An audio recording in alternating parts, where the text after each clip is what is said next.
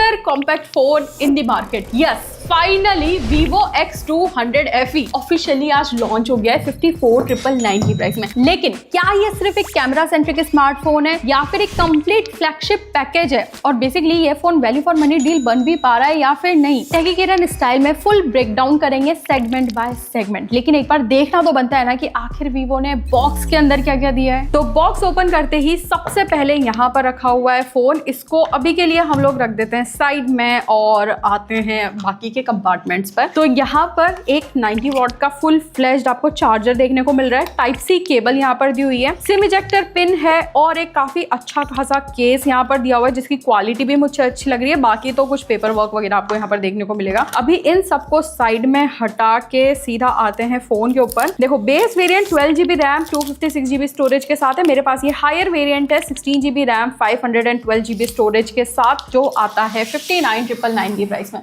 Boxes को रख देते हैं साइड में और सीधा आते हैं फोन के ऊपर। काफी कॉम्पैक्ट, काफी लग्जूरियस, फ्लैट एजेस है, एरोस्पेस मेटल ग्रेड फ्रेम यहाँ पर दिया हुआ है। बैक साइड में भी जो मैट फिनिश है ना, उसकी वजह से वन वर्ड में मैं इस फोन को बोलना चाहूंगी, क्लासी।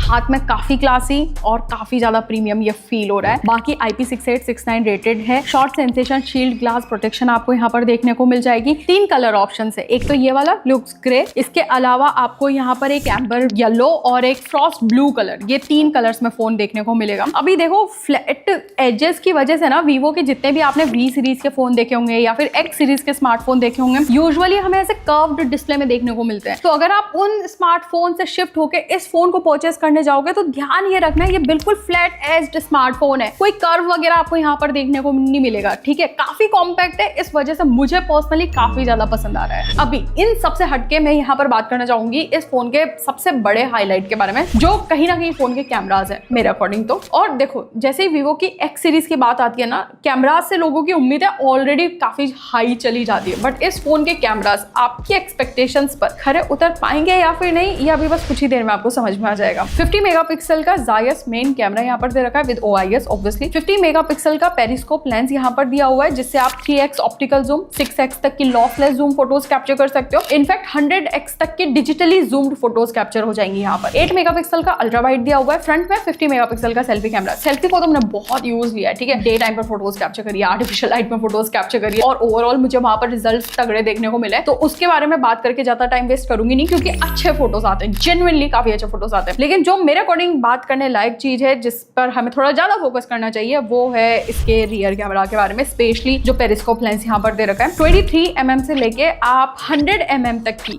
मल्टीफोकल पोर्ट्रेट फोटोज यहाँ पर कैप्चर कर सकते हो। हर एक फोटो में आप डिटेल्स देखो, ठीक है, कलर साइंस देखो, एज डिटेक्शन भी मेरे अकॉर्डिंग सही रखा है यहाँ पर ब्रांड ने, और ओवरऑल फोटोज काफी क्लासी निकल गई है। मतलब हर एक फोटो ना आपको एक डिफरेंट डेप्थ, आपको एक अलग स्टोरी बताएगा, और हर फोटो काफी प्यारा निकल गया है। मतलब मैं इंप्रेस हुई हूँ, मैंने नहीं उम्मीदें लगाई थी कि इस फोन के कैमरास एक्चुअली में ऐसा परफॉर्म करेंगे। एंड इसके अलावा ऑब्वियसली जायस के मल्टीपल बुके इफेक्ट्स आपको यहाँ पर देखने को मिलेंगे। आई होप आपको मेरा फेवरेट पता होगा, ये सिने फ्लेयर मोड, जिससे काफी अच्छे फोटोज निकल के आते हैं। बाकी अलग अलग तरीके के इफेक्ट्स है जहां पर बुके इफेक्ट अलग अलग तरीके का रहता है बैकग्राउंड में। जैसे कि अगर आप बायोटार से लोगे तो कुछ इस तरीके की इफेक्ट देखने को मिलेगा, 20 स्पीड से लोगे तो कुछ इस तरीके का बुके इफेक्ट आपको देखने को मिलेगा। आई एम श्योर अगर आप फोटोग्राफी में हो, स्पेशली अगर आपको खुद के फोटोज कैप्चर करना पसंद है या फिर करवाना पसंद है, आप एक इन्फ्लुएंसर वाली जर्नी में जा रहे हो, मेरे अकॉर्डिंग इस फोन की जो फोटोग्राफी है वो डेफिनेटली आपको पसंद आने वाली है यहाँ पर। और हाँ, एक चीज बता दूं कि इस फोन में 8 मेगापिक्सल का अल्ट्रा वाइड लेंस भी दिया हुआ है। काफी सारे जो कॉम्पैक्ट स्मार्टफोन अभी लॉन्च होने लगे हैं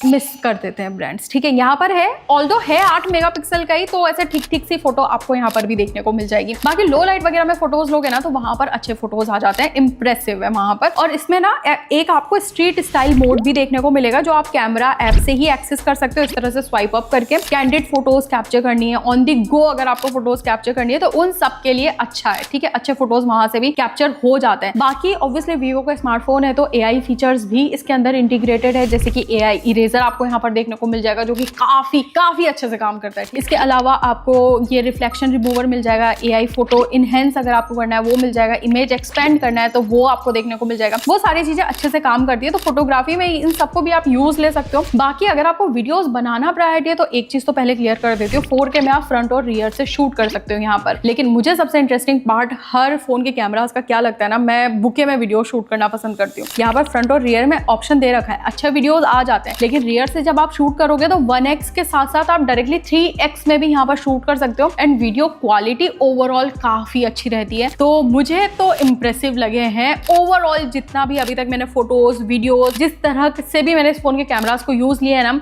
मुझे सब चीजें यहाँ पर पसंद आई है, टू बी वेरी ऑनेस्ट। अच्छा, इन सब के अलावा फोन के UI फीचर्स नहीं सॉरी AI फीचर्स, जिसकी वजह से कहीं ना कहीं लोगों का बाइंग डिसीजन हैम्पर हो जाता है। तो जो मुझे सबसे ज्यादा यूजफुल AI फीचर्स यहाँ पर लगे मैं वो बताते हुए चलती हूँ। ऑब्वियसली गूगल जेमिनी का सपोर्ट देखने को मिल रहा है, तो वो तो हर किसी के यूज में आता ही आता है, वो है यहाँ पर। बट क्या एक चीज और भी अच्छी लगी है कि यहाँ पर ना जैसे आपकी कोई यूट्यूब वीडियो चल रही है या फॉर एग्जाम्पल आपकी कोई क्लास चल रही है, मीटिंग चल रही है, आप उनको ना यहाँ से AI कैप्शंस में अगर आप जाओगे, मतलब साइड से अगर आप ऐसे स्क्रॉल करोगे तो यहाँ पर आपको ऑप्शन मिल जाएगा, आप उस मीटिंग को या फिर उस वीडियो को ट्रांसलेट कर सकते हो। अगर आप उसकी समरी करवानी है तो AI समराइज आप यहाँ पर कर सकते हो, रियल टाइम करते हो और बहुत ही एफिशिएंटली करता है मेरे अकॉर्डिंग। तो ये तो सुपर हेल्पफुल सुपर यूजफुल चीज है मेरे अकॉर्डिंग, जो कॉर्पोरेट्स में उन लोगों के लिए या फिर जो स्टूडेंट है उन लोगों के लिए भी मेरे अकॉर्डिंग। तो अपार्ट फ्रॉम दैट अगर आप डिस्प्ले में कोई भी आर्टिकल पढ़ रहे हो तो आप उसको अपनी मन मर्जी चाहिए उस लैंग्वेज में ट्रांसलेट करके रीड कर सकते हो या फिर समराइज करवा सकते हो। तो वो अगेन वो भी काफी हेल्पफुल रहता है यहाँ पर। तो चाहे आप वीडियो फॉर्म में कुछ देखो या फिर आर्टिकल फॉर्म में टेक्स्ट फॉर्म में कुछ देखो, उन सबको ट्रांसलेट और उन सबकी समरी आप यहाँ पर ले सकते हो। बाकी लाइव कॉल ट्रांसलेशन का ऑप्शन दे रखा है, तो आप अपनी कॉल्स को रिकॉर्ड तो कर ही पाओगे लेकिन साथ के साथ उसको ट्रांसलेट या फिर ट्रांसक्राइब करवा सकते हो। बाकी आपको सर्कल टू सर्च का ऑप्शन तो ऑब्वियसली देखने को मिल जाएगा वीवो के फोन में। तो ये सारी चीजें मुझे यहाँ पर हेल्पफुल लगी है। बाकी और भी फीचर्स है और धीरे धीरे जब आप फोन परचेज करोगे, एक्सप्लोर करोगे तो आपको और भी छोटी छोटी चीजें मिलेगी, लेकिन जितना मैं बता सकती हूँ जो मुझे यूज की लगी मैंने वो बता दिया आपको। अपार्ट फ्रॉम दैट वीवो का फोन है, अगर आपने फ्रंट टच OS पहले यूज किया हुआ है तो आपको भी पता होगा उसमें कस्टमाइजेशन के ऑप्शन बहुत सारे देखने को मिलते हैं। वो सब कुछ आपको यहाँ पर देखने को मिलेगा। ऑल्दो कुछ प्री इंस्टॉल्ड एप्लीकेशंस आपको यहाँ पर मिलेगी जो आप इजीली अनइंस्टॉल कर सकते हो और उसके बाद आपका एक्सपीरियंस काफी क्लीन हो जाएगा। आउट ऑफ द बॉक्स ये फोन Android 15 के साथ आता है। ब्रांड ने यहाँ पर 4+5 ईयर के OS अपडेट प्रॉमिस किए हैं, जो कि मेरे अकॉर्डिंग बिल्कुल सही चीज है। यहाँ पर अभी फोन की परफॉर्मेंस पर आते हैं, जो काफी लोगों का कंसर्न हो सकता है यहाँ पर। तो MediaTek Dimensity 9300 प्लस चिपसेट दिया हुआ है, LPDDR5X रैम है, UFS 3.1 स्टोरेज है। मैंने आपको बता ही दिया क्या आपको अलग अलग वेरिएंट्स में ये फोन मिलेगा, ठीक है, आप कि जो मर्जी आप उसमें परचेस कर सकते हो। बाकी मैंने कुछ बेंचमार्क टेस्ट यहाँ पर निकाल के देखे थे, जैसे Antutu 1.8 मिलियन है, CPU ऐसा थ्रॉटल नहीं कर रहा है, Geekbench स्कोर्स भी काफी अच्छे निकल के आए, उसमें भी कोई प्रॉब्लम नहीं है। मैंने फोन में गेमिंग भी करके देखा है। इनफैक्ट मैं बोलूंगी देखो कोई लैग स्टटर्स ऐसा तो नहीं फील होते 15-20 मिनट की जब गेमिंग करते हैं, लेकिन अगर आप थोड़ा लंबे टाइम तक खेलोगे तो हो सकता है आपको फोन थोड़ा वार्म लगने लग जाए बैक साइड से। तो ये चीज ध्यान रखना। और देखो यार, कॉम्पैक्ट फोन में गेमिंग करना मेरे लिए पर्सनली इतना कंफर्टिंग चीज नहीं होती है। अगर मेरे को गेमिंग फोन लेना है तो मैं थोड़ा बड़ा स्मार्टफोन परचेस करूंगी, लेकिन अगर आपको फोन ही कॉम्पैक्ट परचेस करना है देन उस हिसाब से तो ऐसा कोई दिक्कत है भी नहीं यहाँ पर। अभी देखो पूरे वीडियो में आपने मुझसे काफी बार सुना होगा कॉम्पैक्ट स्मार्टफोन है, कॉम्पैक्ट स्मार्टफोन है, लेकिन कितना कॉम्पैक्ट, ठीक है, ये आपको अंदाजा लग जाएगा जब आप डिस्प्ले की साइज सुनोगे। तो 6.31 इंचेस की 1.5 के रिजोल्यूशन बेस्ड एमोलेड डिस्प्ले आपको यहाँ पर देखने को मिल रही है। सोचो 6.31 इंचेस की डिस्प्ले है आज की डेट में, जहां पर 6.7 6.8 इंचेस की डिस्प्ले मिलती है, उस टाइम में ये फोन सिर्फ 6.31 इंचेस की फ्लैट डिस्प्ले के साथ आ रहा है। मतलब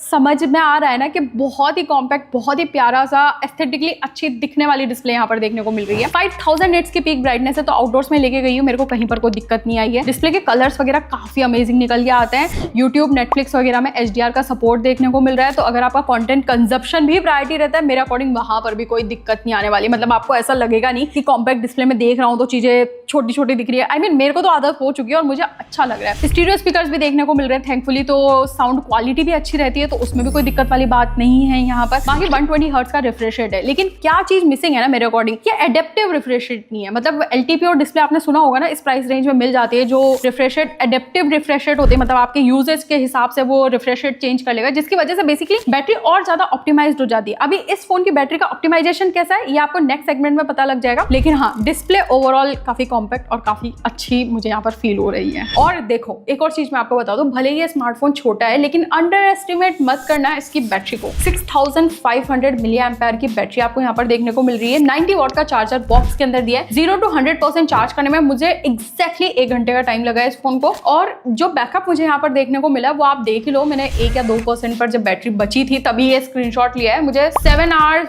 42 मिनट्स का यहाँ पर स्क्रीन ऑन टाइम देखने को मिला है। और इस बीच में मैंने इस फोन में मतलब काफी सारा इंस्टाग्राम चलाया है, यूट्यूब देखा है, नेटफ्लिक्स करा है, गेमिंग वगैरह करके देखी है, टेस्ट भी रन किए थे, तो मुझे इतना एसओटी यहाँ पर मिल पाया है। आगे और भी यूज करूंगी तो मैं शेयर करती रहूंगी स्क्रीन ऑन टाइम, अगर आप इन केस कंसर्न हो इसके बारे में तो। बट मेरे को नहीं लगता एज सच कोई दिक्कत वाली बात आपको यहाँ पर फील होने वाली है, क्योंकि फोन का बैटरी बैकअप अच्छा मिल रहा है और चार्जर भी फास्ट बॉक्स के अंदर देखने को मिल जा रहा है। हाँ, वायरलेस चार्जिंग का सपोर्ट यहाँ पर ब्रांड ने नहीं दिया है, जो कि इस प्राइस रेंज के अराउंड हम एक्सपेक्ट करते हैं कि मिल जाए, बट नहीं है यहाँ पर। लेकिन बैटरी एंड चार्जिंग डिपार्टमेंट जिस तरह से ऑप्टिमाइज करके दिया है वो मेरे को काफी सही लगा यहाँ पर, तो उस चीज से एटलीस्ट मैं यहाँ पर खुश हूँ। तो देखो ऑनेस्टली बात ऐसी है ना कि Vivo X200 FE एक फ्लैगशिप स्मार्टफोन है जिसके कैमरास, इसके AI फीचर्स, इसकी परफॉर्मेंस और जिस तरीके का बैटरी ऑप्टिमाइजेशन मुझे यहाँ पर देखने को मिला है ना, ओवरऑल मैं तो पूरी तरीके से सेटिस्फाइड हूँ। और मेरे हिसाब से तो बिल्कुल पैसा वसूल ये स्मार्टफोन है, ठीक है, जितना मैंने अभी तक यूज लिया। बाकी 23 जुलाई से इस फोन का सेल शुरू हो जाएगा। अगर आपको कोई भी डाउट है, कुछ पूछना है इस फोन के बारे में, कोई क्वेश्चन है, तो आप मुझे इंस्टाग्राम पे पूछ सकते हो। फॉलो भी कर लेना नहीं कर रहे हो तो। बाकी तो आई रियली होप ये वीडियो आप लोगों को पसंद आएगा, पसंद आया लाइक जरूर से करिएगा। बाकी तो मैं आपको मिलती हूँ हमारे नेक्स्ट वीडियो में।